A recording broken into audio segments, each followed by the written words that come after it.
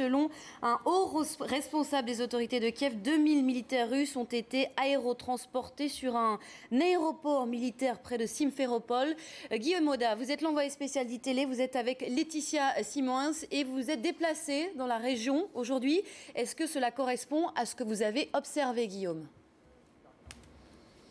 Alors écoutez, sur la présence de 2000 soldats russes qui auraient été aérotransportés via l'aéroport militaire de Crimée, il est impossible de vérifier cette information. Ce que je peux vous dire en revanche, c'est qu'effectivement, les deux aéroports de cette péninsule, cette province autonome d'Ukraine, sont sous le contrôle d'hommes en armes. Il y a d'abord l'aéroport militaire et puis l'aéroport civil, contrôlé par des hommes en armes, non identifiés mais manifestement très professionnels et qui, manifestement, via leur procédure de patrouille, appartiennent à une armée régulière. Un indice sur leurs intentions. Ils travaillent de toute façon, pour ce qui concerne l'aéroport civil, en étroite collaboration avec des civils criméens, pro-russes et séparatistes. Ce soir, tous les vols en provenance ou en direction de la capitale Kiev sont interrompus. Il n'y a plus de possibilité de sortir de Crimée pour aller dans le reste de l'Ukraine via les airs. Pour ce qui concerne les voies de communication terrestres, c'est-à-dire les routes, nous sommes allés en voiture jusqu'à Sébastopol avec Laetitia Simons.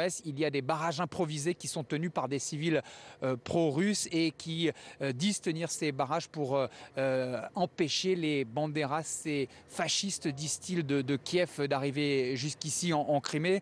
On a été témoin du déplacement d'une dizaine de camions de transport de troupes russes et également de la présence d'une dizaine de blindés d'assaut russes également positionnés sur les routes de cette péninsule, manifestement en violation des accords qui normalement cantonnent l'armée russe à Sébastopol et aux alentours de la flotte dont elle dispose dans cette ville côtière sur la mer Noire. Alors si je résume, depuis hier, le Parlement est aux mains d'hommes en armes, le Parlement de Crimée est aux mains d'hommes en armes, un drapeau russe flotte sur ce Parlement, les aéroports sont sous contrôle de militaires visiblement très professionnels. Sur les voies de communication terrestre, on voit des véhicules russes, des blindés et également des véhicules de transport de troupes russes qui se déplacent. Est-ce un coup d'État dissimulé? Les nouvelles autorités à Kiev en sont convaincues puisque le nouveau président parle d'une agression militaire non dissimulée. Est-ce qu'il s'agit d'une escalade